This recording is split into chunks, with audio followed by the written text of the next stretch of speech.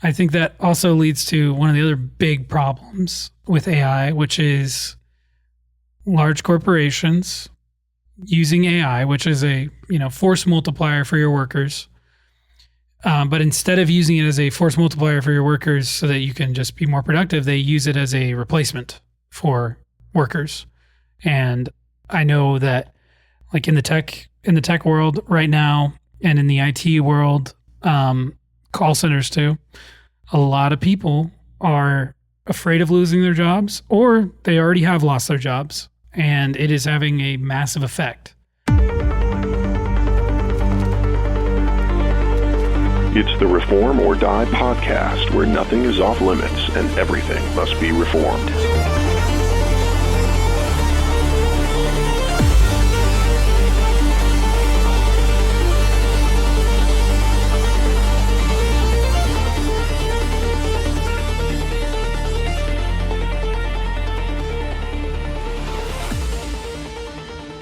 Welcome back to the Reform or Die podcast. It's Kyle, your host. We have Barry here. Good to see you, Kyle. And also Jacob. Hello, Kyle. All right. So what were we just talking about before this? The German translation of something? German translations, Roman Catholicism. It was all over the place. All over the place. I feel like we just should roll mics right when we walk in the front door, but here we are. So It'd be like a member exclusive. Exactly. We backstage with Reform or Die. So today we have a very intense topic, and I expect a great and ferocious battle between Barry and Jacob today. And it is not eschatology, because that would be between me and Barry, and Jacob also assisting Barry greatly. To be fair, some of this might be eschatology, depending on your view of the end times. There may be a mix of a lot of Actually, things. you're kind of right. It does sort of get to that a little bit. Eschatology matters, Kyle. Yes, I agree. Especially if you're going with Kyle's eschatology over Barry's, then it really, really matters. But we are talking about AI, and probably we should narrow the scope a little bit to, and not 100%, but to start off with, one of the things you hear about AI a lot right now is the data centers. They're building data centers, lots of data centers, and some people are rejoicing like it's the second coming of Christ, and other people are in, the downfall of China. And other people are saying that electricity is going to go through the roof, and eminent domain, they're going to seize your house to put in a data center. It's going to be the worst thing. You'll be controlled by big tech. And I'm kind of wondering where you guys fall on this issue a little bit. So Barry, you're the government in this debate. So you're going to give your opening speech, and then we'll have, Jacob's rebuttal from the opposition. So I'm not the government. I'm very anti-government, but I am pro data centers. I'm pro parliamentary debate, Barry. Parliamentary debate. I'm very pro data centers. I'm pro production. I'm pro serving the public through creating capital. You're all about charity and philanthropy, aren't you? What a guy. Gosh, what a guy. Now I'm going to start out by reading a Bible verse that I hope frames this discussion. Yes, good. We're going to go to Genesis 1. And here I almost skipped over the scripture, in the beginning. You can't. No, thank you.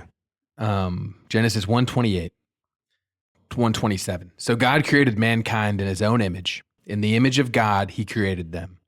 Male and female, he created them. God blessed them and said to them, "Be fruitful and increase in number. Fill the earth and subdue it. Rule over the fish in the sea and the birds in the sky, and over every living creature that moves on the ground." God gave us a mandate, and that mandate was a dominion mandate. He blessed us and said, "Be fruitful, increase, fill the earth, subdue it." Use this gift that's God given us. We should be wise stewards. We shouldn't destroy the earth, but we're to use it to increase his glory ultimately. Now, how does that relate to data centers? I would really like to know, actually. So what is a data center?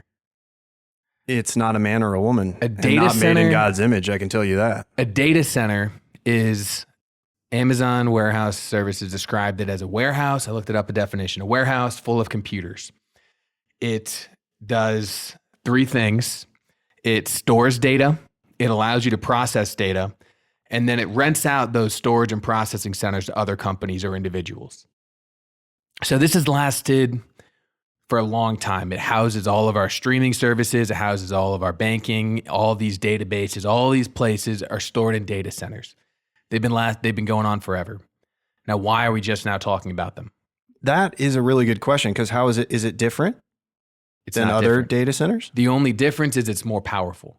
AI uses much more compute, much more of these data centers. So it needs more data storage. These things aren't wrong in themselves. They're not new. The demand for them has just increased exponentially due to the increased use of AI. Like literally exponentially, or like It's been just you're saying a lot? Extreme amount. Almost a vertical line. Probably Really? almost a vertical line. Oh, okay. So these storage places, these places that store data and process data that companies rent out to other places have increased exponentially. Now, what good does this provide? Is this providing any good? Before we talk about the threats that they might cause, what good does this allow AI to use these data centers to process more things? You mean big tech to use it for AI? Anything that uses these processing tools and these storage tools. What good does it produce? Now that gets into what can AI do. AI can do incredible things. First of all, it democratizes intelligence, which means that your average farmer can now learn to code at a much higher level. He can use Claude, he can use these tools that can give him the ability to do things that would have taken a lot of time. At some level, gives you more access to higher intelligence, which is a positive thing. It raises the bar that what people can produce, what you can create goes up. It also gives highly skilled people the ability to create more advanced technology. Medical devices, medical genomic research has increased exponentially. Have you guys heard of the Herculaneum scroll? No. What is that? So it just was unread virtually last week, the full scroll. And you can go online at the one of the Greek websites I look, you can read it on there. It's like RTS. He goes through it. He walks through the This is like a scriptural the scroll? Greek. So no, it's not scriptural. So when Vesuvius erupted in 79 BC, it covered Pompeii, but it also covered Herculaneum, a city nearby. And the city, it covered a library of scrolls. But these scrolls were carbonized. And if you look at them, it looks just like a crumpled up, like hot dog, like a crumpled up piece of like carbon. Now I know where you're going with this. Have you heard of it? So yeah, they're just crumpled up things. And if you tried to unroll them, they'd fall apart and they'd crumble apart. But due to the use of AI, they were able to use X-ray visioning and virtually unroll these scrolls, create a model that could determine the ink to the papyri levels and virtually unroll these scrolls and read documents that have been frozen, inaccessible for 2,000 years. Now anyone can read it. I can go online and read these documents. That's pretty amazing. Oh, it's incredible. And they've done some with scripture too, right? They've stuff that you couldn't read. They probably Essentially, it have. was too light or too whatever to read. They've used AI to kind of get more out of certain texts that we actually already have. Not like it changed anything, but they could see more. Yeah, there was a lot of scripture that was written over. Like, yeah, I forget what it was called, like a frame rescriptus or something like that. It's pretty amazing. But they'd scratch them off, yeah, and they'd use AI to like go back. Oh, yes, that's what we were talking about, where they brought those other things. Where specifically the one you're talking about was we only had half of a book. We didn't have the other half of the codex, but they used the ink fragments that was left over from when the book was closed to recreate the scriptural manuscript on that codex. I think it was codex. I'm not going to guess. I think it was H though. If you look it up, you can find it and you can read that for yourself as well. So all of these things that AI has created increases the benefit for society, in my opinion.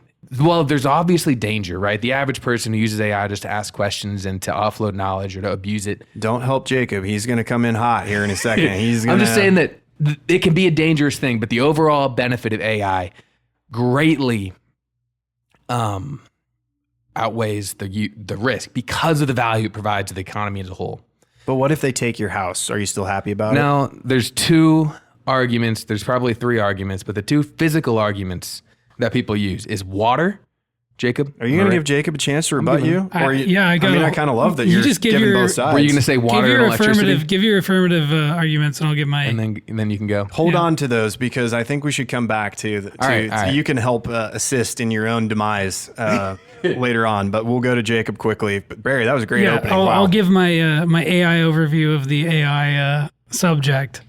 I am willing to recognize there are benefits of AI. Obviously, there are benefits of AI, but I think there are also drawbacks, and I think it is something that we have not fully thought through.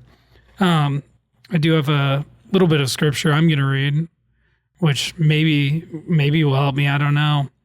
It's from Proverbs 2. I'll just start at 1. My son, if you will receive my words and treasure my commandments within you, make your ear attentive to wisdom, incline your heart to understanding. For if you cry for discernment, lift your voice for understanding. If you seek her as silver and search for her as for hidden treasure, then you will discern the fear of the Lord and discover the knowledge of God. For the Lord gives wisdom, from his mouth comes knowledge and understanding.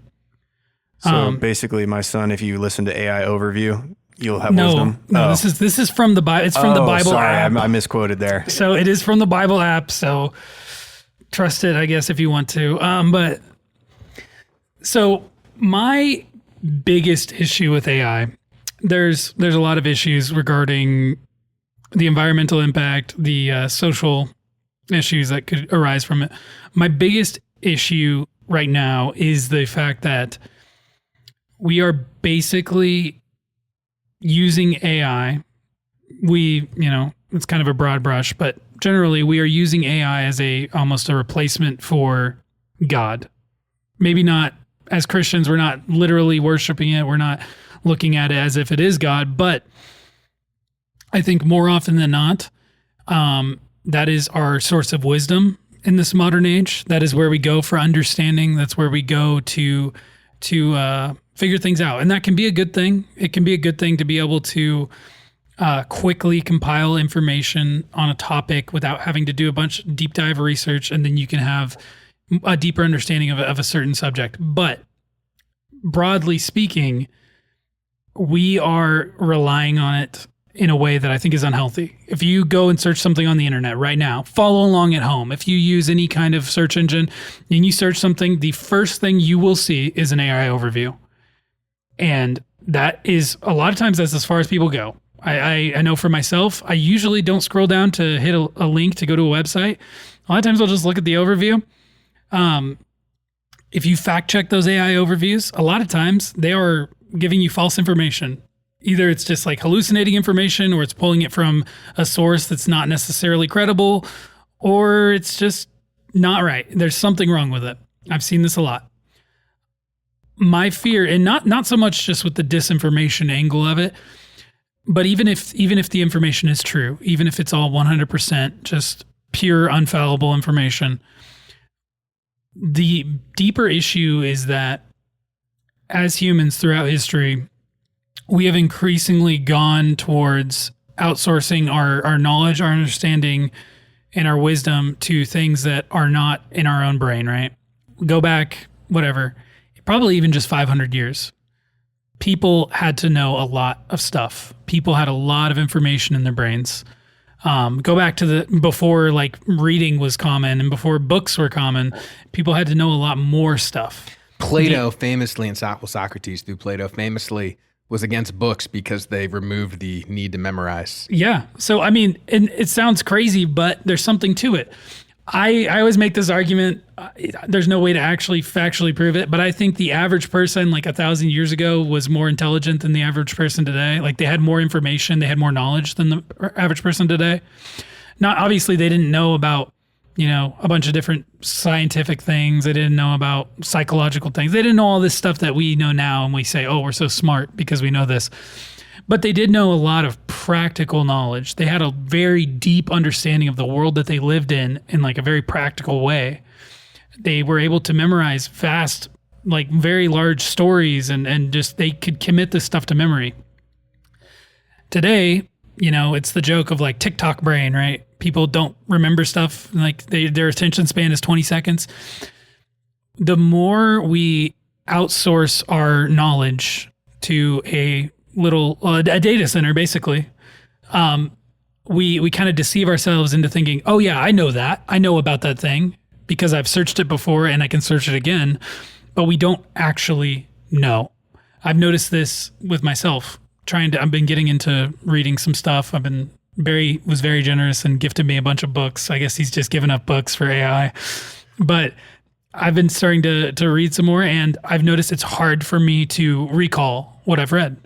It's very hard, and it requires intention. And I think that is because this kind of culture and society that I've come up in has kind of molded me in a way where I do not retain information as well as I should. Have you heard of the life hack of staring at a white wall for half an hour before you have to do something creative to basically detox your brain so that you have creative energy again for the next thing? I have not heard about that. Okay, apparently people are doing this. I don't know. It's like a trend on social media where someone's like, I tried the 30-minute a day stare at a white wall hack to bring back my my poise and my thinking and my energy levels and like all this stuff. Yeah. And it's like the one thing to fix everything. I don't know. It's just funny, but that sounds like it would probably be nice, actually. So but I was going to give all the shallow analysis at the end. So go ahead, Jake. Just concise overview here. Like, my biggest worry with AI is that it is rewiring our brains and causing us to be basically dumb. It's making us dumb with the illusion of this vast wealth of knowledge. Like, we have all the knowledge, all the written knowledge of humanity at our fingertips at a moment's notice. And because of that, we are so complacent and we basically know nothing. Yeah, it's like your phone. You don't have to remember things when you have an external brain in your phone, basically. You carry your phone with you, and when you need to access that knowledge, you just open the phone and you access the knowledge there. It's not actually in you anymore, but it extends your amount of things you can remember, and because you can get access to anything, basically. Which can be an incredibly helpful tool. It can be that force multiplier for someone who is doing deep study and like very, very going super in depth. It can allow them to kind of extend their capacity. But for the average person, I think it is a detriment. I mean, you are kind of giving, and I'm going to try to chime in on your side because it's going to take a village to take Barry down for this debate. But, we are kind of giving the old man shakes his fist at the sky arguments here. We're giving the Amish arguments to Barry's powerful, AI data centers. And we're just like, well, I wouldn't have done it like that. But I was thinking too, while you're talking about, Google right now, they do the AI overview at the top, right? Well, how long is it going to be before it becomes like Bluetooth earbuds where you can't get anything that's wired anymore? They're just going to get rid of all the other pages, right? And it's just going to be AI, answer, and that's it. It's, and the thing I think about too is like, when growing up, you're taught what is a trustworthy source. How do you know what to trust? Because you'd have to go to certain websites and try to identify what are indicators. This, maybe I'm dating myself a little bit here, but like, what are indicators that this website is like a reputable source or whatever? And you'd have to kind of like figure some of these things out. They did classes on this kind of stuff way back in the day. But like, yeah, I don't know. I just think it's interesting because AI, right? It's generated. It's not like it's necessarily coming from any human or particular place.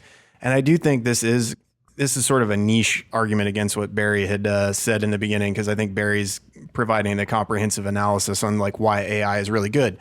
But, one of the things I think that's a problem in modern society, kind of what you were getting to, Jacob, is the problem of trust. And AI is something, it's like, how could you possibly trust? And I don't trust AI for certain things. I don't trust it for news. I do trust it for like giving me ideas to go then research further on. So it's like, if you want to kind of get a lay of the land on a topic and then you go somewhere that you think is more trustworthy afterwards to kind of research further, but it'll give you good leads, that kind of thing. So I use it for that kind of stuff, and I use it for my job every day, in programming. And so, I use AI all the time now, and it writes a lot of code. I will tell you that much. So yeah, and if you're like a journalist, you could ask AI to help you write an article about why AI is going to destroy the world, and it would probably do a really good job. All right. Well, Barry, you remember your 3 things you were going to help bring your own destruction on? I do remember those things, okay. Kyle. But now you've pivoted. I haven't pivoted, but I just realized that that I need to answer a different objection first. Okay. That's even more pressing and even more dangerous. Maybe even more basic. Not more basic, just a different attack. Because I was going to give a physical argument. Okay. But we're now into the realm of spiritual. Ah. You know what I'm saying? Because Jacob's talking about he said, all right, I'll give you the AI is good. AI provides a lot of great value to the economy, but to the average man who doesn't utilize it correctly, it's not doing him any good. It's actually hurting them. Now, Jacob, what I would say is that this is not a problem with AI, but this is a problem with man himself. And this is a problem that has existed throughout all of time. Because I remember, I don't know exactly who wrote this letter. I was trying to look it up, but someone was writing a letter of advice in ancient Roman times.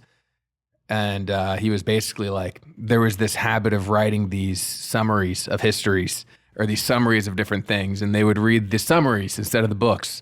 Each summary had a little chapter. He was like, don't read those summaries, read the actual books. Even when I was younger, I was in like high school or college, and there were these apps that were like, just listen to these summaries, read 20 books in a week if you just read these little summaries. And you think you get the main ideas, but you're really not. And so a lot of what's happening is people are just, now it's even more accessible. So people want to take the least amount of resistance. They don't want to actually learn and understand things, but they need to. They need to actually deeply understand. And if you just want the high level stuff, that's what it's giving us.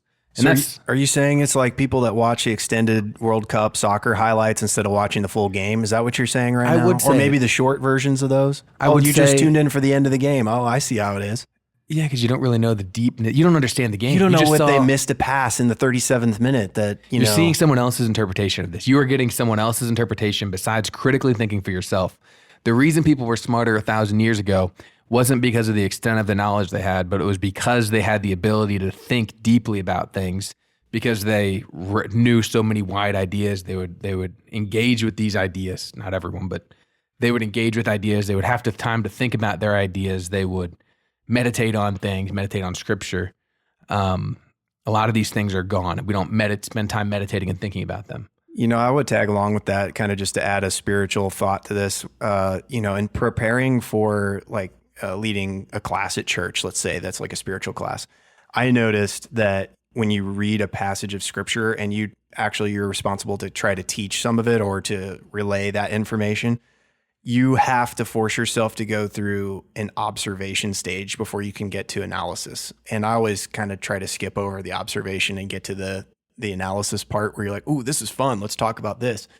But when you do the observation stage and you stay in it longer than you want to or expect to, you actually come up with really profound, deep things that are just sitting there right in front of you that you just didn't notice. And I think that's kind of what you're talking about, is like we can miss certain things. I started reading a book called God's Battle Plan for the Mind, the Puritan Practice of Meditation. And it's about how heavily 400 years ago, Puritans and early Protestants believed in practicing meditation of scripture, not the Eastern meditation of scripture. I'm only beginning the book, but one of the main points is that you have to meditate on something for it to truly affect you. You can't go and share something how it's deeply affected you if you haven't really let it sink in and understood it. It's just a surface level thought. It hasn't hit you deeply. So do you feel like AI is shorting that process for humans? And are you agreeing with Jacob? If you use it that way, yes. I think that any powerful tool can be abused. The more powerful it is, the more easily it can be abused. And it's more so we want to attack the use of the problem than the problem itself. Because how do we fight that? Let's say that this is a problem that I would agree with, that AI leads to people being lazier and to not understanding and to being more complacent on other people's interpretations. I would agree with that. But I would say the answer to that would be by raising up the people themselves rather than tearing down AI. Oh, Barry, you've defended yourself so poorly. You've left yourself open to a counterattack from me right now, which is basically the idea that, well, okay, so it's a tool, right? And you're saying it's amoral. It's not, good or bad in and of itself. I would say it's inherently good. It. I would say that anything that provides value is good, or maybe amoral, but I would say generally that productive things are good, but that people use good things wrongly. Like that all the things that God created is good, but that we, the sinful ones, abuse good things. Okay. Yeah. So maybe in and of amoral, itself, yeah. it's like not a moral thing. It's just a tool is kind of the idea, but then you can use it poorly or well. Well, what would you say, though, to the idea that social media is one of those tools that we've had for a little while, not terribly long, but it has wreaked total havoc on young people's mental health? And do you think that's a failing of young people or the parents that should have been protecting them? Because these tools, right, you can say they're amoral, either amoral, whatever you want to call it. They're not good or bad, but then they often get used for, things that lead to a lot of problems in society. Yeah, I have an answer for that. What are the problems that it causes with kids? Especially in young girls, a lot of depression and image issues. Why is that? partly because they're Comparison. for women, there's a lot of bullying that happens online that just doesn't stop when you leave school. It's Yeah. like permanent. It just stays with them wherever they go, and they can't get away from just constant bombardment, essentially. Bullying. It's comparison, I think, is one of the big things. Yes. And now what's the way, how do we fight comparison? How do we fight envy, greed? How do we fight these things? And there's also like a very big like mimetic like aspect to it where people will see things on social media and they will imitate it. And you get this like vast swaths of society that are not geographically co-located and they'll like act the same way. And that could be good things, but more often than not, it's like things that are, but if they had negative. a higher person that they were emulating, then they may not emulate those things. Well, to Jacob, what Jacob was saying earlier, I'll just bolster Jacob's argument even more that basically, people who don't know a lot will read an AI overview and think that they're the next Socrates, Plato, or Aristotle, and then they know everything about how to rebut you on whatever you're telling them is true. And they're just like, oh, no, it's not true. The AI overview said. So you gotta love that about society now, as we all get to contend with each other's AI responses. And now we'll send emails. So I'll send you an email later today that's a rolled up version of an AI 15-page document. And then you'll not even read it. You'll just AI summarize it for yourself, and then AI respond back. It's like, what point do we get into a society where we've moved so far away from like real community, real human interaction, that we're actually in a bad place? You do not understand how good that is for the one person or the few people who decide to be original. Because when everyone's talking through AI language and it's all cleaned up and they get an original email that has true voice, has a true personality, they see it's you, that sticks out now. So go get that typewriting degree, kids. But there's benefits. I'm just throwing bombs into this conversation. You can argue the exceptions, but for large scale human flourishing, is it actually going to be a good thing or a bad thing? 100% good. 100% good? Well, it depends on the population themselves. If we're a population that is sinful, if we're a population that rejects God, serves ourselves. We are a sinful population. Then no technology will ever be good for us. The more technology, the more goods that we have, the more we'll use them to destroy ourselves. Only people that are godly and God-fearing can use that technology ultimately in a good way. Now, the answer is obviously not to get rid of all good technology, but sinful people will always abuse it. Okay, so I know that there are people that are on both sides of this a little bit, so for example, Matt Walsh, who's someone I like to follow on Twitter, and he is really against this whole AI push. Catholic, by the way. Catholic guy, really, really against it, thinks that there's a lot of negatives, and really has kind of honed in on the data center issue as a big bad deal. I know, the Steven Crowder team, I like listening to some of their stuff. They've kind of been middle of the road about it. They say, well, there's potential for abuse, but there's also a lot of good, kind of sort of what you're saying. And then there's a lot of people that say, well, and this is the China angle, which is, new technologies, kind of backing up a step. Anytime there's a new technology, it always gets pushed to the nth degree, right? You don't just not have nukes anymore. Countries have nukes now. It's like once it's invented, it's there to stay. So AI is with us now, basically, whether we like it or not. So the question then becomes, okay, it's a race between countries to see who's going to control this technology. And do we want it to fall into the hands of our rivals? That's the argument. And the answer a lot of times is no. We don't want it to fall in primarily be controlled by the hands of our rivals. So we should push it to the nth degree. And it doesn't matter who we step on in the meantime. It doesn't matter if it's good for people or not, et cetera, et cetera. But that's a defense argument, right? That's a national security argument, which AI is unique because AI is something that it relates to national security, but it also relates to a lot of other things like privacy. It relates to education. It relates to a lot of things. It relates to some very sinister things. So it's not just like this. It's not like nuclear weapons, right? Nuclear weapons, it's like that is purely a defense thing where it's like, oh, they have nukes. We have to have more nukes. We need bigger nukes. And eventually there's just like, okay, we each have nukes that can destroy the entire world. And it's this mutually assured destruction. With AI, it's different. It's an unprecedented AI. thing. So from a first principles perspective, if we're talking about AI as in the AI that's given to us through compute power and buying and renting these models and storing data.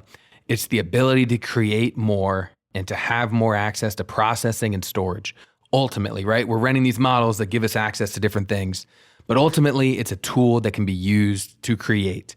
Any tool that can be used to create can also be used to harm. Airplanes can be used as weapons, but the issue is, what were you saying, Jacob? What were you saying before Jacob went on that? Well, I was going to make a different point about like the scary, like you're right. Basically, whenever a technology is invented, it can be used for good or evil. Technology, by and large, is just a tool, and we view tools, as it could be a plow, or it could be beat the plow into a sword. Like these are just tools, right? So. One of the things I was thinking about was the drone strikes in Russia that Ukraine did in the last week or 3 weeks ago, something like that. And I was thinking, man, how terrifying is it that we could have a fleet of drones that are AI operated? You essentially could just have the AI control these drones and have them fly into all sorts of places in a society and just mass casualty. Like, it's kind of freaky when you think you don't need a human to operate some of these things anymore. You can give essentially an overview command to a fleet of drones and have it, just go wreak havoc, stuff like that. Yeah. And another example, kind of more recent, regarding the Iran situation. I'm sure people know about the girls' school that was hit with a bomb. It was actually with 2 bombs at the beginning of the conflict, and it killed 175 people, mostly young girls. And an investigation was conducted on that, and basically they came to the conclusion that, we didn't have our models updated to show that this was no longer a military target. The information was old.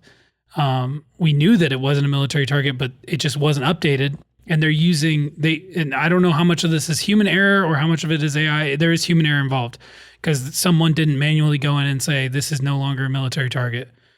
But with the targeting procedures they use, they just basically plug it in, and all they need is a yes/no authorization for these launches to happen, and everything else is done by AI. It's very detached and cold, and that the fact that someone hitting a switch that says yes, this computer does all these calculations, and all of a sudden a massive loss of innocent life.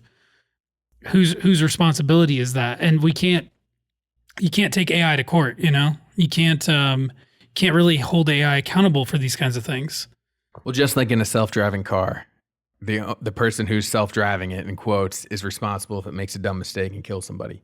Yeah. Because you are responsible for the technology that you supervise. Now, what you were saying, AI is a dangerous tool that can cause a lot of damage. So what would be the way to stop that? Would you say government regulation? Because it exists. So how do you handle that? Could I chime in real quick? Yeah, go ahead. I just feel like what AI is doing is raising the stakes.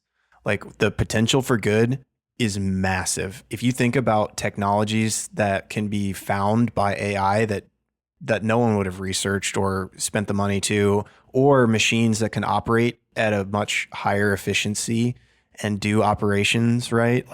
Sure, doctors will still be there, but imagine going to a surgery knowing you're going to have a almost, millimeter perfect precision robot remove your tumor instead of, a human that may or may not be the most trained, right? And you can't pay for the greatest of the great doctors or whatever. Those kinds of things are real positives. But on the other side, you could have AI be unleashed into your banking system and have it wipe out, crazy amounts of stuff. So from the stakes are raised is my point. So from a practical perspective, we have a tool that's extremely powerful. Anything that's powerful has the ability for good and evil. Where do we leave that power? With the people or with the government? And that's ultimately the question is, if we regulate it and we say it's gate kept, we're trusting the government. Do we trust the government or do we trust the people with the tower? Jacob, you answer that one. Well, because of our governmental system, ultimately it should be the people's responsibility, whether or not it's entrusted with the government or the people. It's ultimately the people's responsibility because the people are the government, right? Would you say the government is a government of the people for the people, right?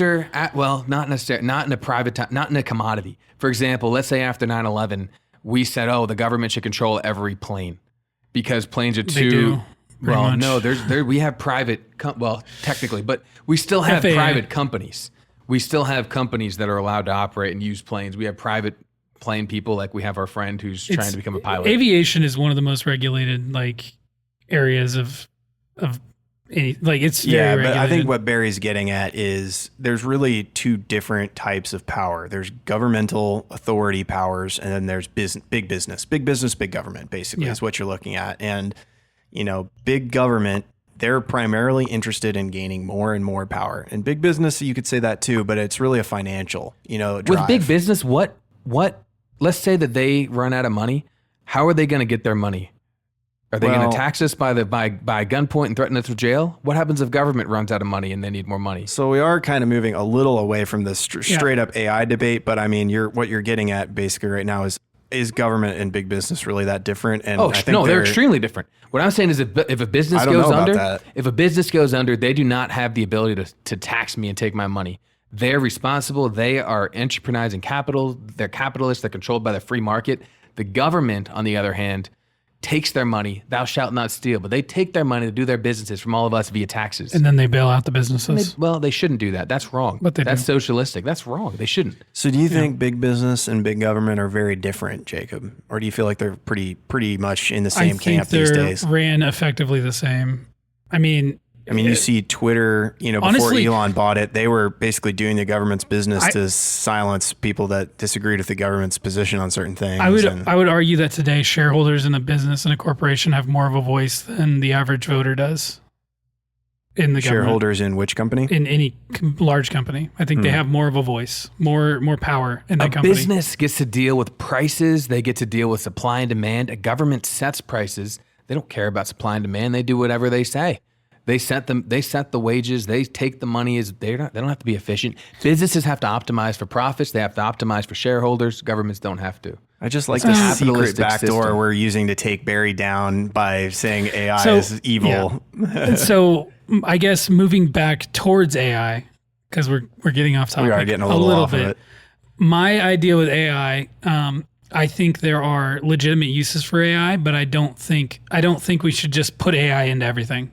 I think that's a grave mistake to have AI. I don't think AI necessarily should just be this consumer available thing that every single person has at their fingertips. So where should it be? I don't know. I think there should be limitations for what it's used for. Who should limit it? The only option is the government. The people.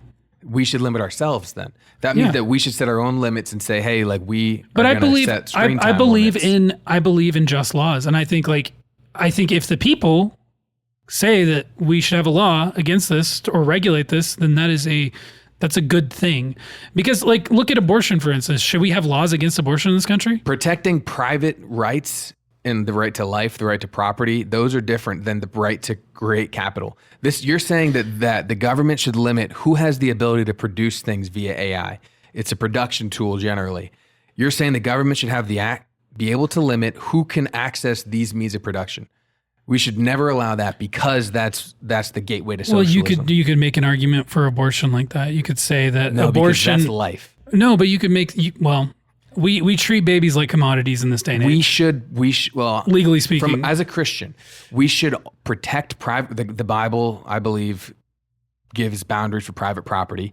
I believe that we should have private property. I believe the Lord gives us the task to grow, to create, to profit, to create services for people, to profit, to build things in the sense that it's going to create value for people. Yeah, but I don't think... If I have an idea, let's say I have an idea, right? And I have a true idea. I want to spend all the money I have and build a company that's based on AI. Who's going to tell me I can't do that?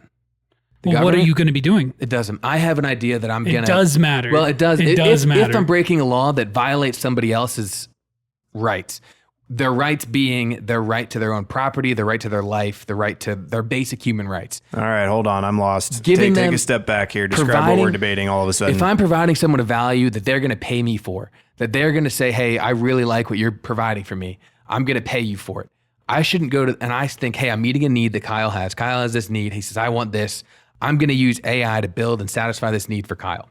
If I have to go to the government to say, okay, you can use this tool that's the most effective, the best cost, the best ways of doing it, to do that, then that's wrong. Now, there should be some limitations. I shouldn't be able to go and take out a whole family's water and make them drown because that would ruin their right to. Now we're getting back to the topic at hand. I shouldn't be able to take their electricity. Okay. I shouldn't be able to take That their is water. kind of how we started. Was we yeah. want to talk about like the This is too good though. We got to Go, keep going Jacob, on this go. thread. So here's a little thought experiment for you on the ethics and morality of AI, right?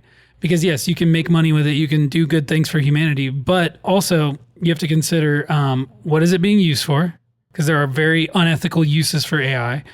There is also it's kind of I think most people would agree where AI is trained, the information is trained on, where it gets its information from can also be seen as a theft.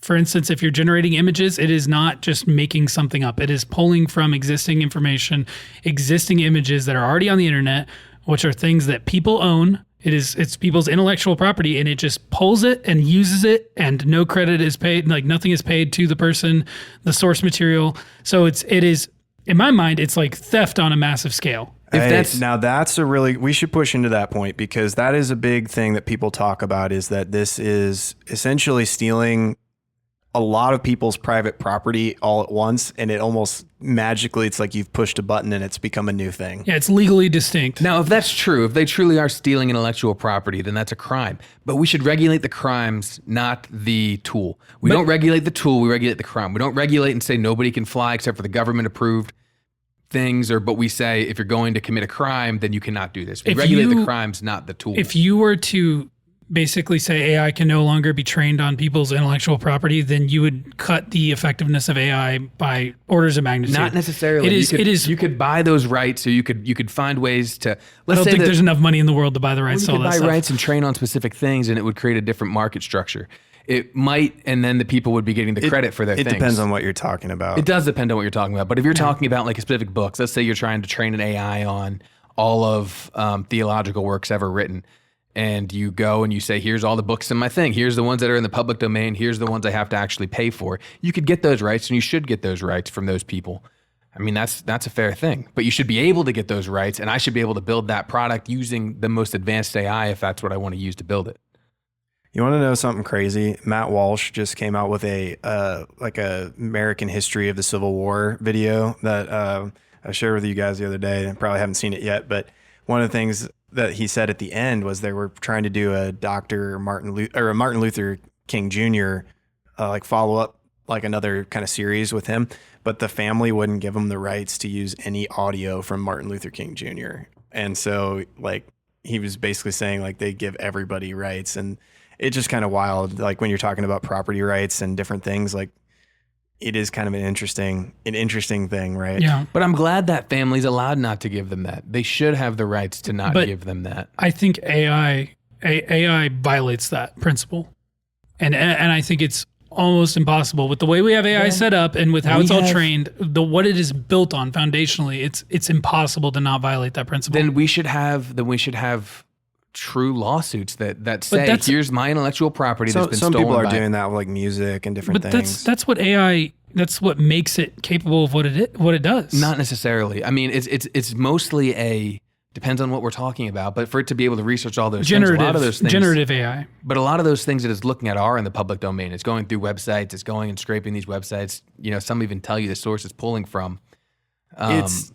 Yeah, I mean, it's like you look at a million images of a cat, and then you generate an image of a cat. It's like, did you really steal the cat from a million people, or is this just a new generated image? I mean, we've worked our way into a world where probably you could, which is crazy that you could steal something from a million people simultaneously just to generate an image of a cat. But fundamentally speaking, kind of. Well, but also like the artist is essentially doing that too, right? A person who paints a painting of a cat has essentially looked at a lot of cats, and then they take the residual, idea of what a cat is from all the cats they've seen, and then they paint that cat. But you could say, well, but it's attached to their person.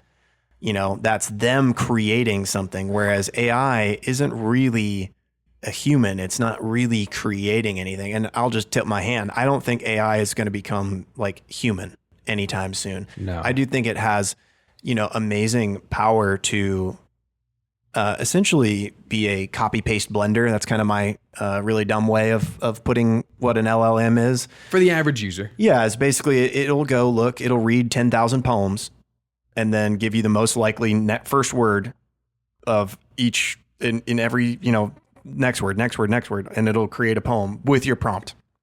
So you say, oh, I want it to have this kind of style, and it'll filter, and then it'll still blend it all up and chop it back up and give it to you. And it's amazing. I mean, it's super good. Again, this is my super dumb description of how some of these things work. So that's like a small segment of AI, I think, as far as like on the consumer side, what people use AI for. But AI has very legitimate uses. I'll concede that, like in manufacturing, in all sorts of stuff. There are legitimate uses for AI, like food packing plants, where they can use AI to determine whether or not something is defective and at lightning speed and vastly increase production.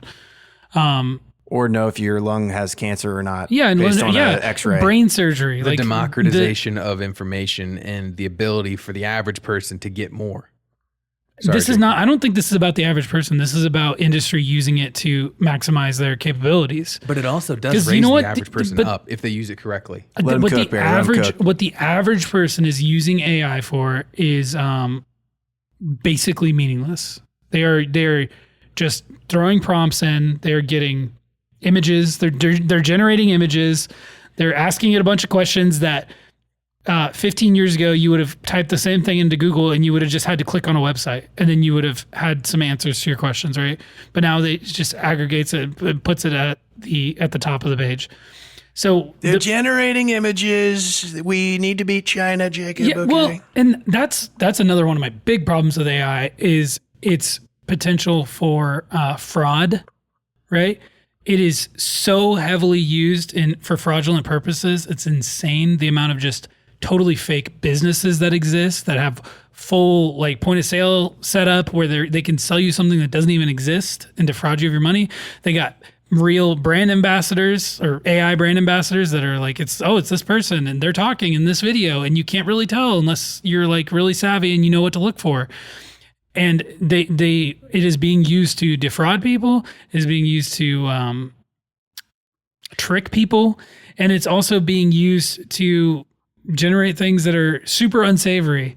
And that's a huge problem that I think we need to deal with. And I'll get into that. This in a is the little closest bit, we've come to trying to take Barry down because he's on a roll. What's your argument It's against the fraud? also the number one way of catching fraud. It is the best thing at identifying fraud.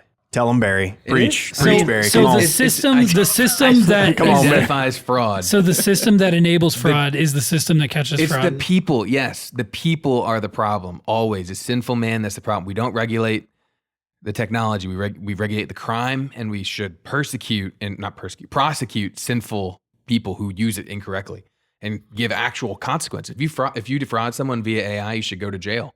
Or I don't know, go to jail. All right, so I'm going to ruin everything by saying I think all of us actually agree that AI itself is just morally neutral. It's how you use it that's the problem. And I think we're all in agreement on that, even though we've pretended like we haven't been for 45 minutes here. But I do feel like there's a lot to be said because some Christians, and I'm kind of pivoting us a little bit, and I'm not trying to throw crazy shade at Christians that say this because this is a not small group of people. There are some Christians that really feel like AI is sort of satanic.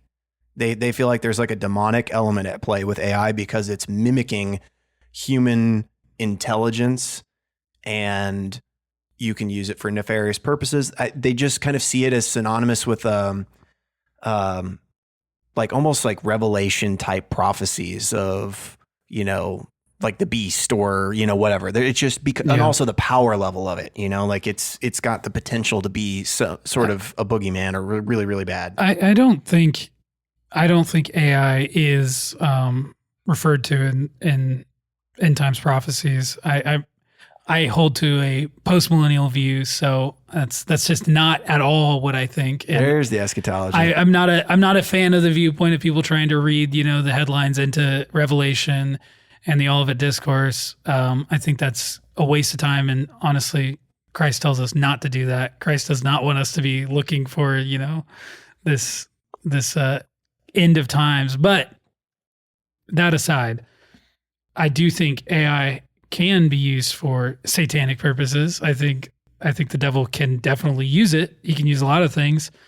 I mean, even if you want to go into the fact that it's undoubtedly trained on satanic texts and images on the internet. But aside from that, I do think the devil can use AI for nefarious purposes. But to say that it's like it is satanic, like it's Satan, I don't think that's valid. Now, I would probably first recommend to learn more about how AI works and how it is in some sense just a text predictive tool. But at the same time, I have some relatively antiquarian books, and one of them is a book from the 40s or 50s that talks about the satanic powers of TV.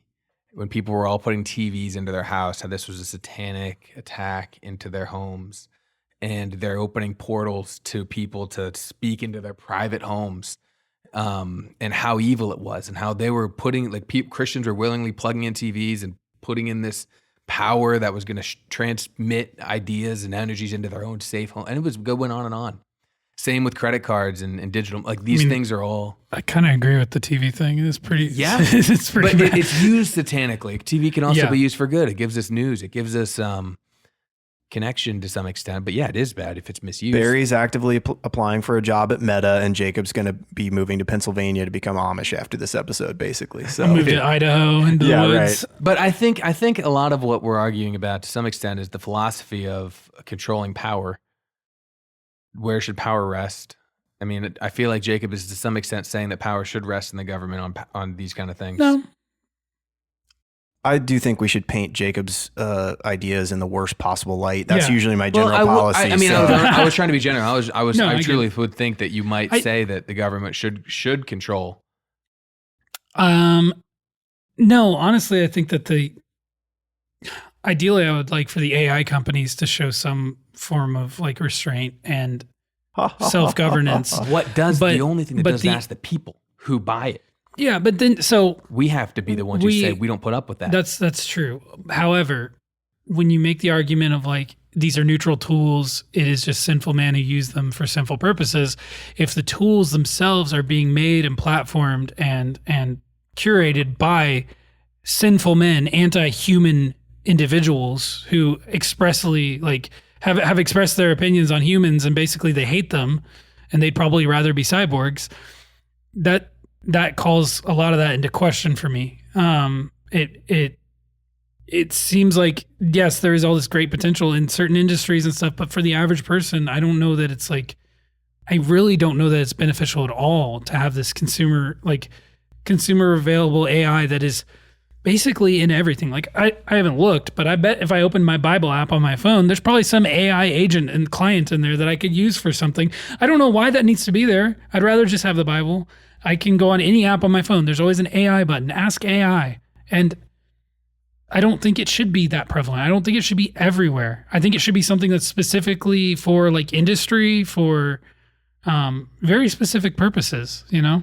So I could comment to that because I think here's the deal is once a technology, and I go back to the statement, once a technology is created, it exists. You can't really get rid of it. All you can do at that point is try to teach and coach people on how to use it or avoid the mistakes and problems, right?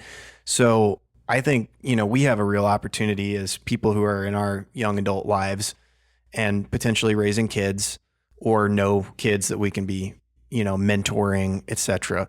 I mean, we grew up and it was the internet was kind of the new kid on the block, the new thing on the block, right? And now it's AI. And, there were problems that came with the internet, right? There are a lot of opportunities, a lot of amazing things. And it was hard for, people to navigate and hard for parents to like coach young people and their own children on these things. So we kind of really, I think for us, it's maybe one of our questions to you guys is one, how do you use AI currently? And two, how would you shepherd, the next generation as they're growing up with this stuff? What would you do to like use it well and avoid pitfalls? Like, I know those are two big questions. I mean, I can answer the how I use it, but I use it for my job every day for writing code and for other, just other general searching and different things. But Barry, you're contemplative all of a sudden, which is a sign that you're losing steam. You're not losing steam. We're defeating you right now. I can see it. That's an ad hominem. Kyle. Yeah, That's I know. an ad hominem. I'm trying to rile him up a little bit. Now, again. all right. How I use AI is, probably overuse it. I like to ask a lot of questions. And now something I've been recently trying to do is whenever I forget something that I know, I will not go to AI. I won't even look it up in a book. I'll wait as long as I can. Eventually I kind of forget until it comes to me. And now I really highly recommend practicing this. When you forget something that you know, try to remember it and give yourself like a day or two, and then you'll never forget it again when it finally comes back into your head. But we've lost that ability to really remember recall. Things. Oh yeah. But I forgot something and I was like, oh, what verse was that? And then I was going to look it up, but I didn't look it up, and then now it sticks. Those kind of things stick with you. You don't forget them. Dude, this is a crazy thing. It's not just AI, but it's technology in general. We're all plugged into our phones 24/7.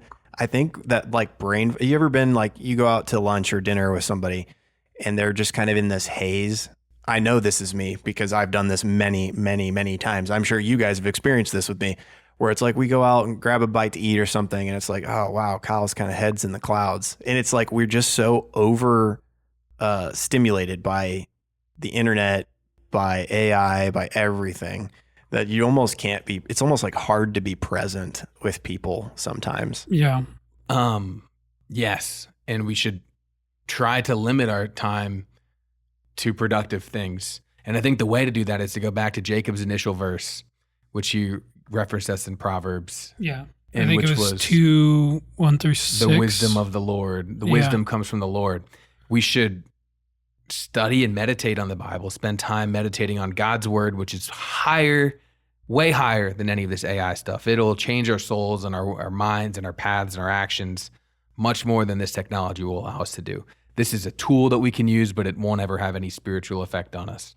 These studying, meditating, reading the word, praying, spiritual practices are what allows us to use AI rightly, ultimately. So I'll give you guys a little confession here. Somebody recently, they showed up to a group and they said something to this effect.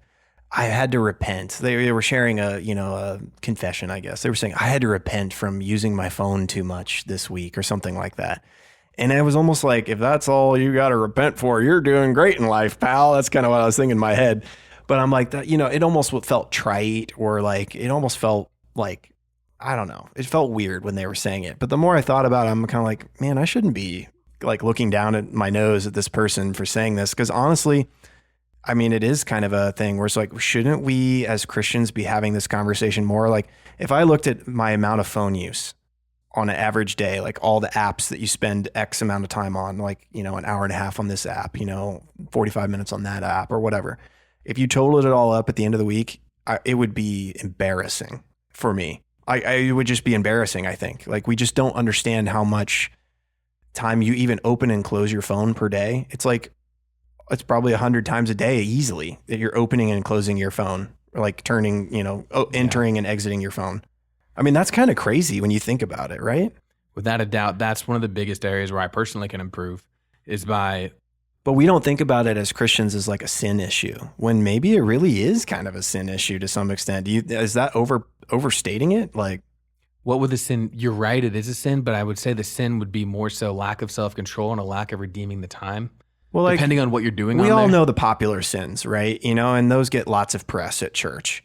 But I guess what I'm saying is, it's kind of, some sins are very subtle. Pride can be oh, woe is me. That's actually prideful a lot of times. Let's say for example that this sin is the phone sin, where you were just sitting around on your phone, and that's what are you sacrificing? Is it at work and you're not what would this sin actually be replacing?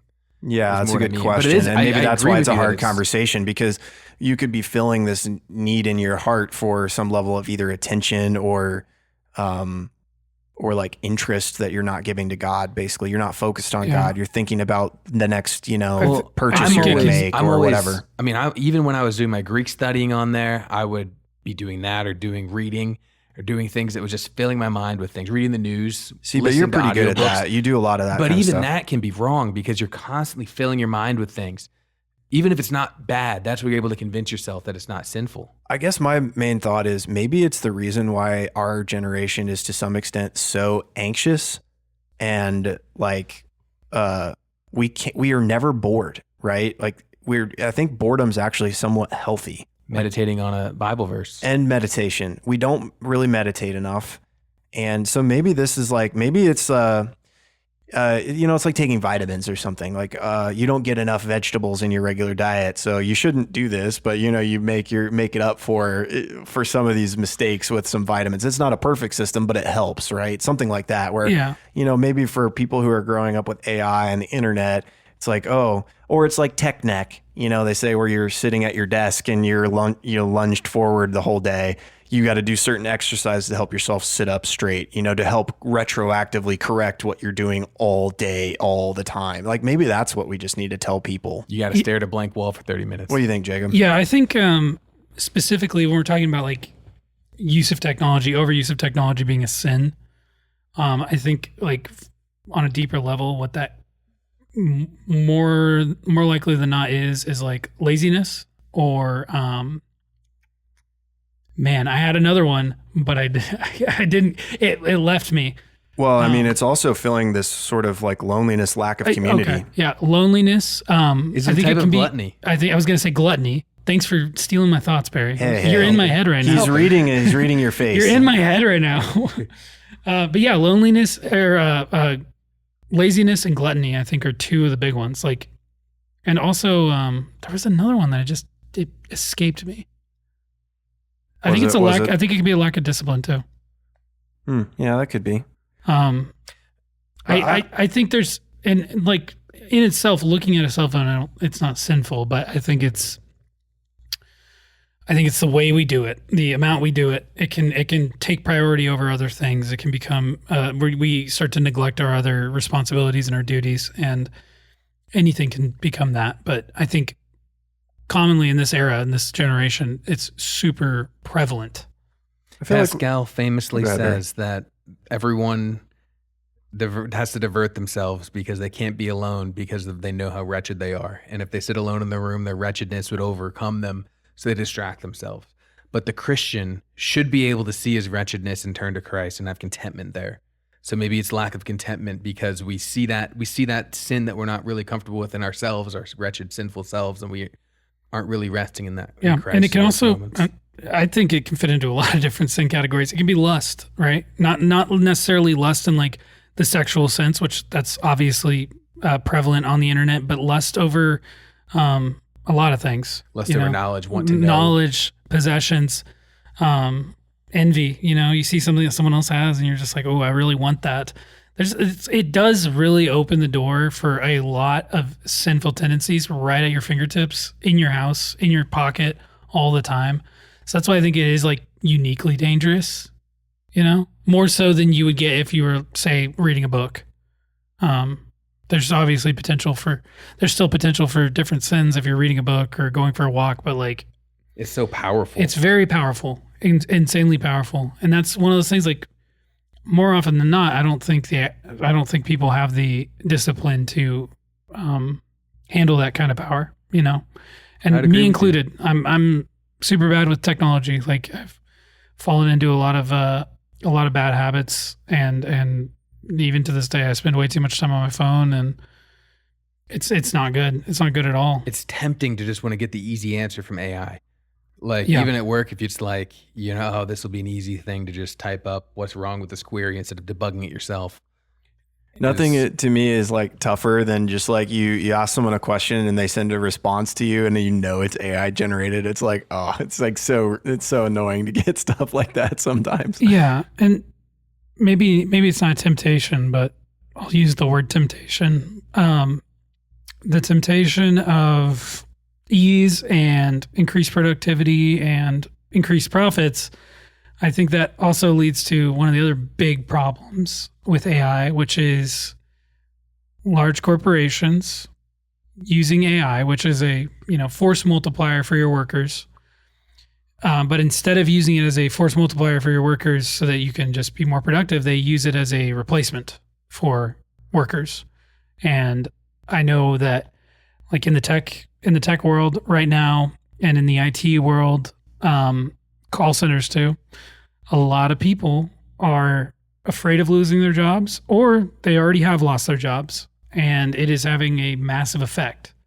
And I know the argument that will be made of this happened during the Industrial Revolution too. A bunch of people lost their jobs because we went to, a lot more mechanized means of production and whatnot. And they found new jobs because new careers were opened up for them. That's true. However, I don't know that is the case for this as well. Because what we are seeing is people losing the jobs that were created as a result of the Industrial Revolution and the tech revolution. Now they're losing those jobs that were created. And this new technology is not necessarily creating new jobs. There's not this big influx of new jobs, new opportunities for people. You can make the argument that, they can go into arts and philosophy and all these other things. But I think the average person is going to be deeply dissatisfied if their life is reduced to art and philosophy. The Lord designed us to work. But if you go from I believe there's always going to be a work while we're in this world, whether it's specialization in some field, but there'll always be something for someone to do who wants to work. But from a first principles perspective, anything that produces value in the most efficient way, at the lowest cost, assuming it's not taking anyone's rights, destroying the world, is a good thing. It helps us take dominion over the world, to fight off sin, to take dominion in a good way. Anything that produces value is a positive thing as long as we're not using it in a sinful way. But if AI produces value for a corporation, like, I don't know, Oracle, I think it was. Corporations can only make money if people pay them. Yeah, but people still pay Oracle. People who right? That's because it provides a useful good that people are willing to meet that price in economic. Assuming the government doesn't intervene right now the government is the one who sets the price and buys, but they shouldn't. That is a useful good, but then you see these 40,000 people that got laid off from Oracle. It's like 40 or 60,000 people. A couple months ago, yeah, it was like that many. So yes, they're able to provide these goods, and people are still paying for them. But all these people are out of their jobs, and they might not be able to get jobs in tech. There is a lot of fear, to your point, about losing, especially amongst software people and people whose primary responsibilities in their work is to do programming and stuff like that, or marketing, or graphic designers are still needed. Like, AI is not terribly good in my opinion yet and I don't use it 100% for graphic design. It's good, but it's nice to have someone who knows what they're doing for certain artistic ventures. But yeah, it certainly is.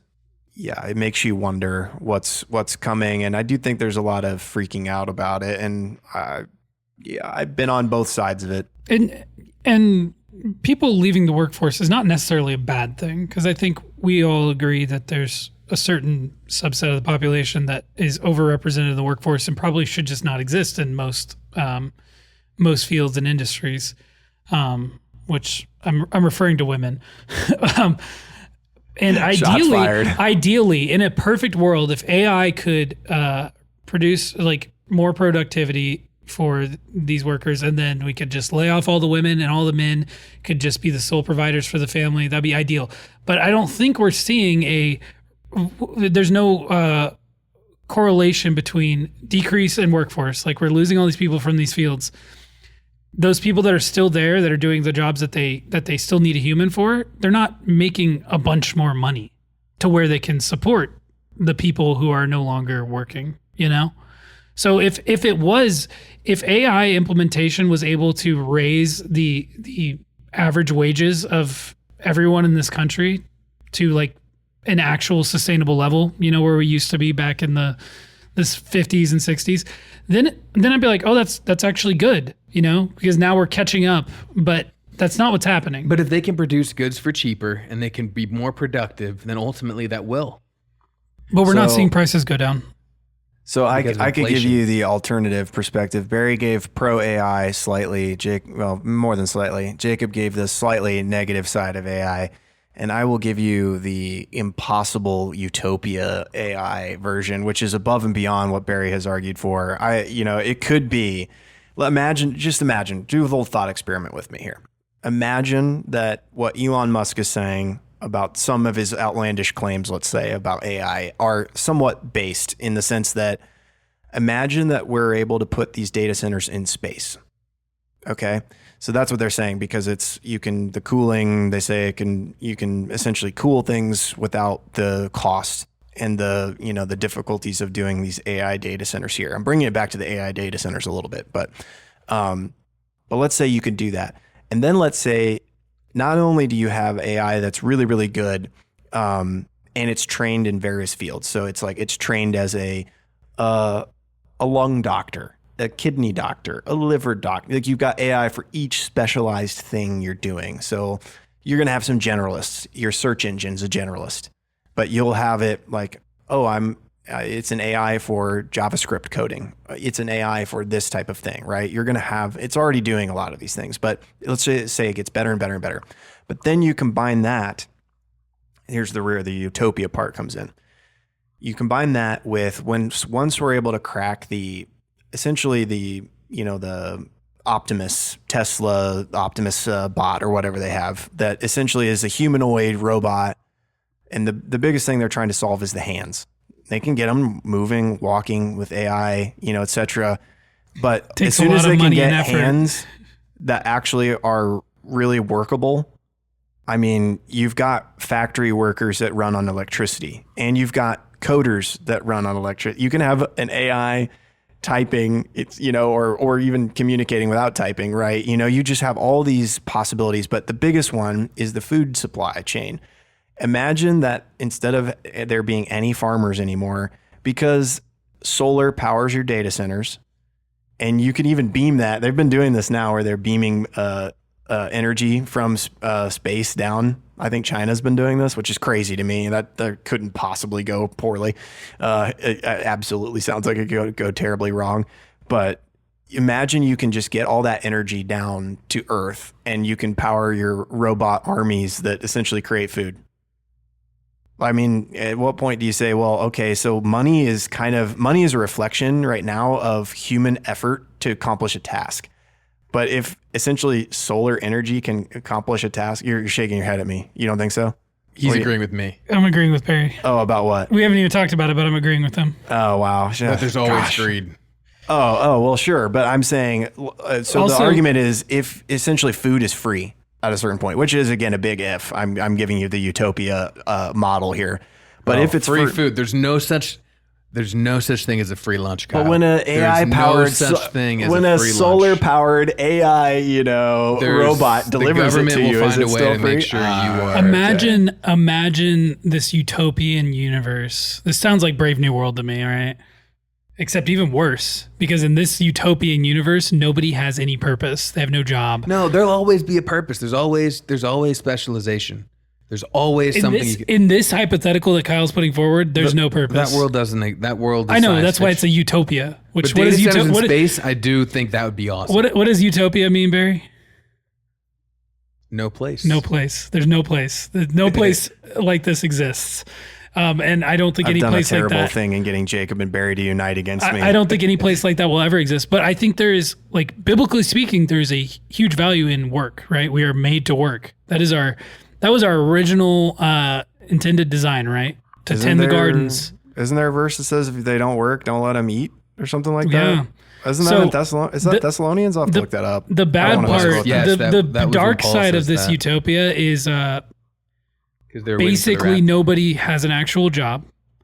And it also is always described in tandem with universal basic income, where everyone just gets money or whatever. They get some amount of value, everyone gets the same amount, and everyone is it's who distributes, who determines. Well, I mean, it's in this scenario, I think world. The AI would determine how to distribute that. So I don't think that the world. We just turn ourselves into like a petting zoo. I think from a theological perspective on what our purpose is on this world, which is to create dominion and for God's glory, that is an impossible world. There'll always be some reason we have to work. I even think there'll be some level of work involved in heaven, because work was a good thing. Adam had the work of naming the animals before the fall. There's always some level of work that we will have to do for our lives. I mean, if not in heaven, especially on the new earth. Yeah. There will always be something productive for us to do. We were created with a creative logos. We were created with some ability to create things. Doesn't it say we were created in Christ Jesus for good works? Yeah. So like we were saved not by works, but to show God's glory. for works to be done. Now leisure. When good Christians, not necessarily us fallen men, but let's say there are Christians who are better examples than us. They get leisure, they do a lot of good.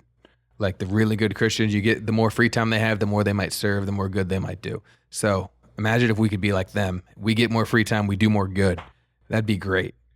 If this technology allows but I us to mean, do if we more have good. all this free time, what good can we do? Because it sounds to me like there in will this, always be good. but it sounds to me like in this utopia, people want for nothing.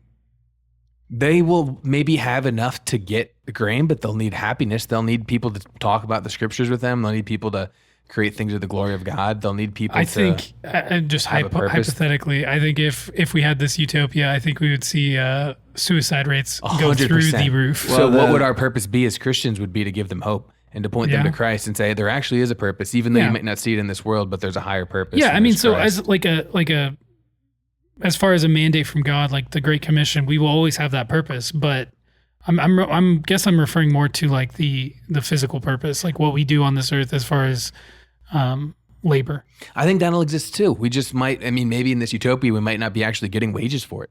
We might be having to create things and not getting any Which is not, I don't think that's biblical. It's is not it? biblical. No. But in heaven, we're probably not going to be getting wages for our work. We're going to be creating things and doing value. But that's a perfect sinless. But this is a perfect sinless world. This is not sinless. Kyle's giving us a perfect sinless world. Well, the crazy thing is when you think about some of these, just utopia, distant future type situations, we're kind of experiencing some of this to a lesser degree even now. I mean, part of the reason why people are going crazy in modern society is we do have, to some extent, leisure time. We do have problems with spending too much time on our phones because life is kind of good, you could argue, to some extent. And so we almost can fall off boredom is like a problem for people. Whereas if we were in harder times, you wouldn't have boredom. You'd just have constant grind, which again, also a problem. But yeah, just finding balance in your life and trying to build your life, like build good habits in your life. Like one of the habits I've tried to build was, and I do this depending on the day, better or worse, but the first thing, my phone goes off with an alarm, which some people don't even do the alarm on their phone, which probably is commendable. I haven't gone that far yet, but my phone alarm goes off. I wake up, I kind of sit up in bed, and I try to first get into scripture on my phone. That's kind of like I try to do that as my routine first thing in the morning before I open any social media apps or anything like that. And I've just tried to get myself in that habit. Now, I don't do it 100% all the time, but I have done it a lot more, and it's been more consistent, which I think is a good habit to get into. Just first thing when you're waking up, just to make sure that before you're doom scrolling, you try to go meditate or read something that's from truth, from the good word. So yeah, that's probably a good habit to get into. I would agree with that. That verse was 2 Thessalonians 3, somewhere in there, 3:10, 3:13, somewhere in there. For even when we were with you, we gave you this rule: the one who is unwilling to work shall not eat. Now, before the podcast started, we were talking about the Didache.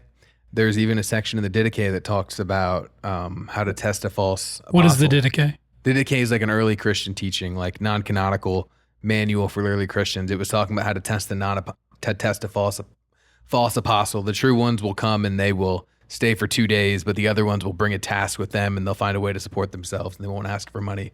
Interesting. Even I mean, that was kind of Paul, right? He was a tent maker. Yeah, exactly. Yeah, didn't they call them like Jesus merchants? They were like kind of coming in and like those were the guys. Yeah, the false ones. Yes, yeah. is that what your translation said? I think it was Jesus merchants. It used like Christ Magporium or something like that, like selling Christ.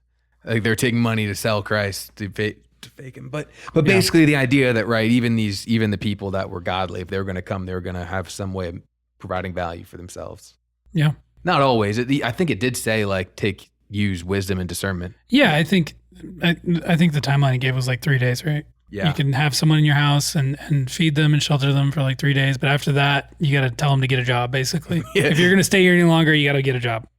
Well, I mean, I see this AI-driven plane about to land. So you have another thought before we start doing I that? have one more Okay, jump in. facet of the AI thing that I want to hear Barry's opinion on. Okay.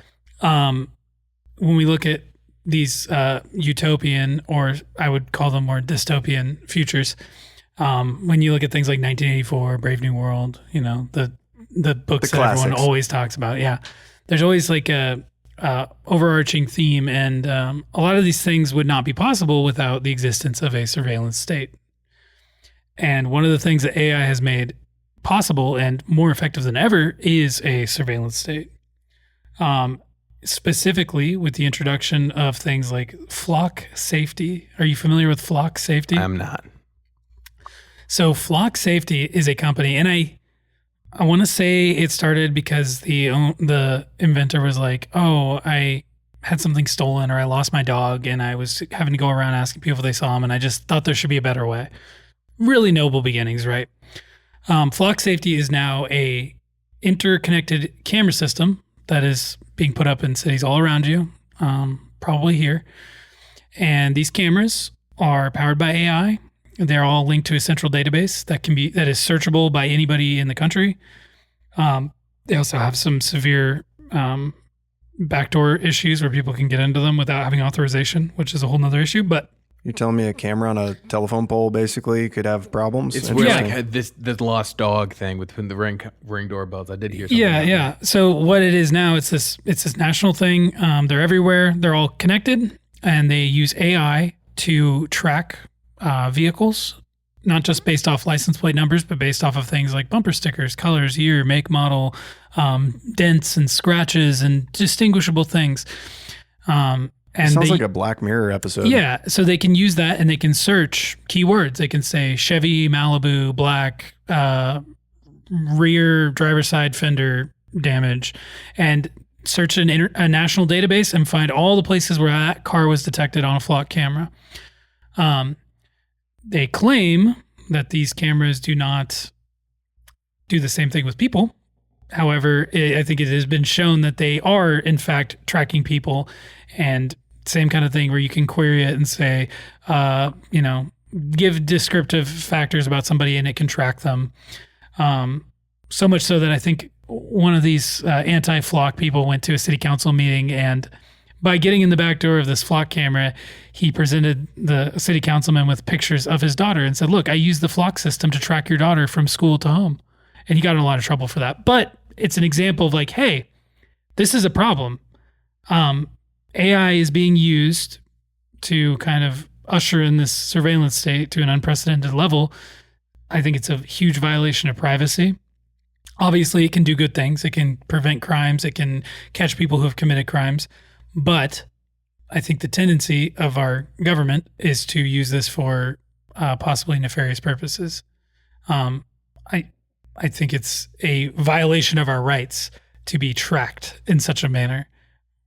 Yeah, we kind of almost got to the surveillance state. We were right up against that topic earlier when we were saying how powerful AI is and all the things it can do. And I mean, China is basically doing a lot of this stuff currently. They surveil and track their citizens and give them essentially like social scores based on how well the government is evaluating their performance as a citizen, and then they will lock them down if they, are associating with people the government doesn't want them to associate with, or doing things the government doesn't want, or going places the government doesn't want them to go, where they don't meet curfew, and they track them for everything. Now, and China's had that too. That was like a pre-AI system too. Yeah, so, AI just makes it stronger, more powerful. Yeah. No,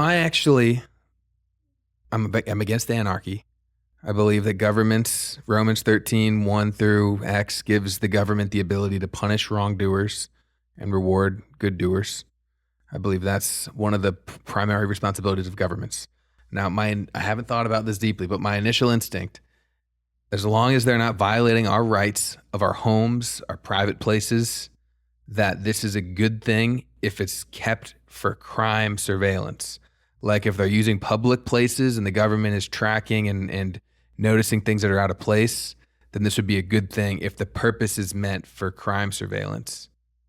Well, what if it's, yes, obviously crime surveillance, but if they're trying to prevent crimes, they might develop patterns of life. They'll say, "Oh, this person goes from here to here every day." But then I would think that would be and they probably are correctly doing that by seeing people scoping out areas. This is also, but you can't arrest those people. I'm sure they might notice them to watch them and follow them. There was a case of a woman. I don't have specific information on it, but there was a case of a woman who was facing prosecution essentially because the flock system wrongly accused her of a crime, basically. And it came down to the system mistaking a O for a 0 or something on her license plate. The only way that she was able to prove her innocence in this crime was to show her own footage on her Ring doorbell camera of her at her house at the time of the alleged crime. That is being guilty until proven innocent. And also, this is like, there's a whole rabbit hole with Flock. There's even the vulnerabilities of it, being able to get in through the back door on this stuff,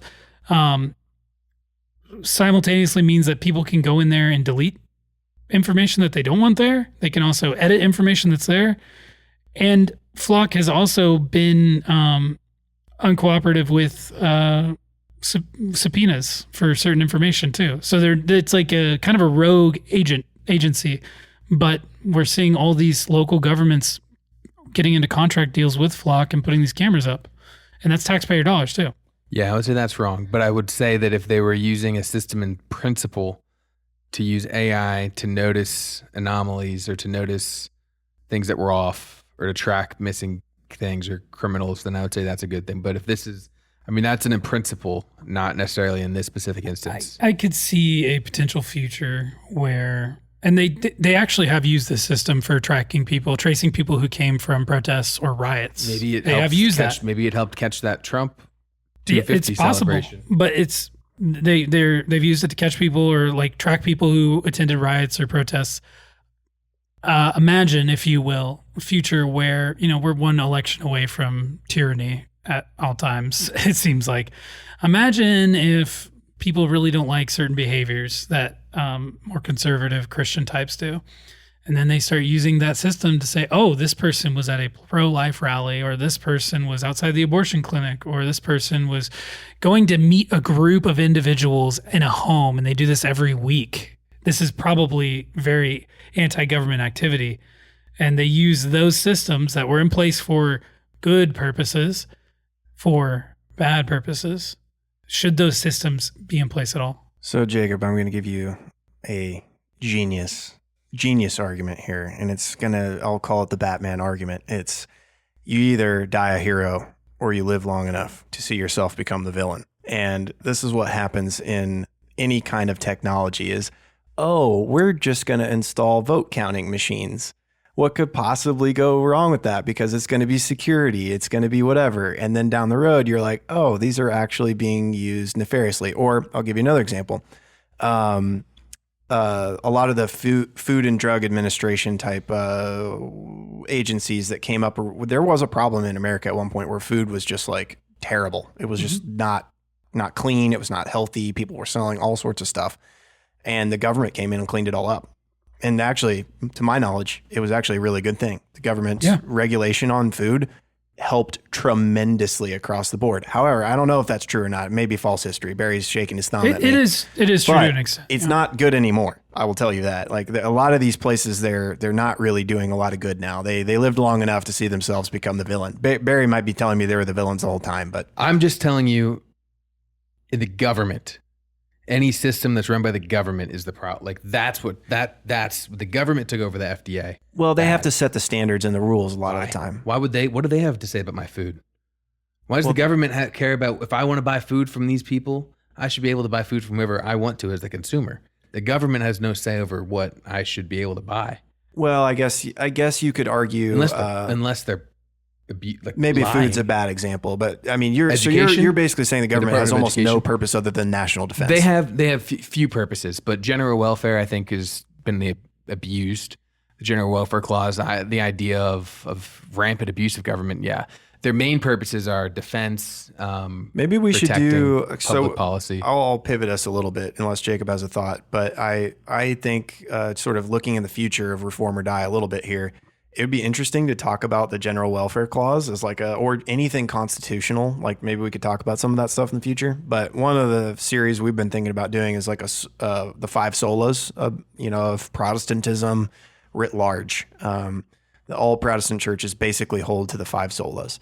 That was kind of interest. I don't know if we'll do them all back to back to back, but one of the ones we wanted to talk about was Sola Scriptura, because I've had some friends sending me stuff recently about Sola Scriptura, saying Sola Scriptura is dead.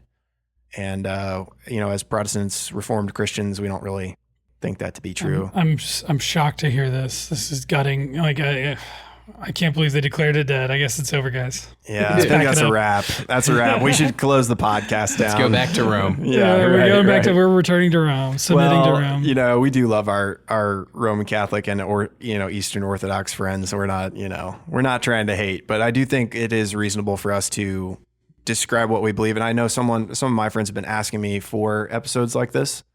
And they kind of just want to know what we think about some of these things. They want to know also, what does it mean to be reformed? And we haven't really gotten into that. So we need to probably have an episode more geared toward that as well. But I mean, my hope is that we can link arms with Roman Catholics and Eastern Orthodox people in common values, because I think we share so much, together in those regards, and we can be changing society for the better together. But, we still need to describe why we think some of the things that our church, believes, why, how do we explain that to people? And I think those will be good episodes for us to do personally as well, just sharpen ourselves, and it'll be a lot of fun. So look forward to that. I don't know. Closing thoughts on AI. So let me kick it over to, I guess the government usually doesn't get the last word, right? I can't remember how parliamentary debate goes. You get the first word, but not the last one. We'll give Jacob the last word. So Barry, what's your closing thoughts? Why are you right about artificial intelligence? My closing thoughts are, we need to Christianize the nations.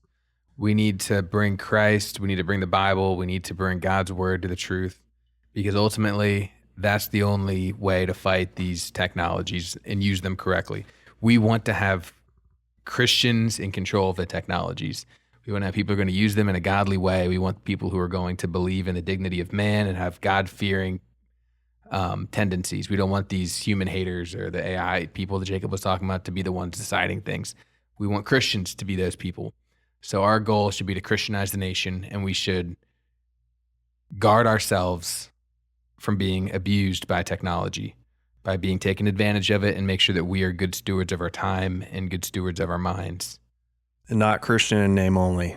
And not Christians in name only. No rhinos, but Christian version. Like the transhumanist gay Christian tech CEOs. Yeah, bake me a gay cake or whatever, Be a deep Christian. Study your theology. Listen to our Reform or Die series on what does it mean to be reformed, and what does it mean to be, what are the five solas? Upcoming.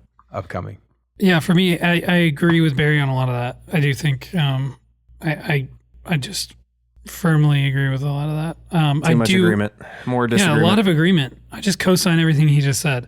I do think he's right as far as Christians should be the ones in control of this stuff, not people like Peter Thiel. Shout out Peter Thiel for being shots fired. For being I'm not even going to respond to that. Anti-human, homosexual, quote unquote Christian. Really cool. No one respond. Just let him talk. No, but let him talk. But in all seriousness, we should pray for those people that they would come to a true understanding and faith in Christ. And if they don't, they should not be in charge of these things, because there is a huge potential for evil. And I think Barry would even agree with that there is a huge potential for evil from these technologies. But in the world we live in, we've opened that Pandora's box, and you can't, you can't put the toothpaste back in the tube. I don't know. There's a bunch of expressions here, but my recommendation to Christians trying to navigate this world right now is be in the world, be in real life, engage with people, humanity, as much as you can, but do not be of the world. If you come across AI in your daily life, and you must use it. If you have legitimate uses for AI that are good for humanity and a a way that will further the gospel, do it. But do not allow AI to reform your brain and to turn into your external hard drive. Don't outsource your intelligence to AI. Do not outsource your faith to AI. Be a theologian. Don't be a AI theologian. Use good judgment. Use prudence, and honestly, ultimately, all of our knowledge and understanding comes from God. So that's kind of my closing statement. Dang, Pastor Jacob here at the end. Wow. I mean, I feel like I just got a sermon. That was good. Yeah, I don't really have too much on the closing thoughts. I think it was good conversation. I think when we set out, we thought, oh, this will be a lot about like water usage in data centers, because that was a humongous debate we've kind of previously had in person. But we already hashed all that out. I think that's They the don't use thing enough is, water. if you have the debate, 3% of golf courses. there you go. See, Barry's going to get an extra word in. Hey, the government can't get the first and last word, can they? I don't remember how parliamentary debate works. The government gets whatever it wants. My friend who is a debate coach is going to be ashamed of me now. That was a reductio ad absurdum. The government Or whatever. controls everything. Yeah, I don't know that we're looking at, utopia. I don't think we're looking at dystopia. I do think it's, like we've said, it's, there's pros and cons. Just be wise, seek advice, guidance from people who are your elders, good Christians. And, but yeah, so I don't think it's like Satan, in a box basically, or anything like that. And we kind of discussed that idea. So I'm not trying to throw shade. Some people do think that's a thing, and, it is possible to have, great abuse for any technology. So just, keep your head on a swivel out there. And I also say, as a software engineer myself, like there's a lot of doomerism out there, and I'm trying not to buy into all of the worst, and I think smart people can try to do that. I'm not saying I'm like the most smart person of all time, but I do think smart people can have those pitfalls where they just project the worst for the future sometimes, because they can see some of the problems. So, but yeah, I'm hopeful that, this white collar industrial revolution is not as doomer as a lot of people say. And, just keep going, keep pressing on, good Christian brother or sister in Christ. I'm sure we got some sisters in Christ listening. So Megan. there you go. Yeah. But yeah, I think that's it from us. Look forward to some episodes in the future on potentially our 5 solas and or reformed, like why we're reformed. I think that'd be a good one. Though I don't think all of us are 100% reformed. Maybe in the room we are, but we've had guests on that aren't 100% on the reformed theology train necessarily, but probably agree with us on a lot of that. So it'll be a good conversation as we go. And I think that's it from us. So till next time, it's been Reform or Die. Barry, he's looking like he wants to say something. He's all right. It's been Reform or Die. We'll catch you guys in the next one. Peace.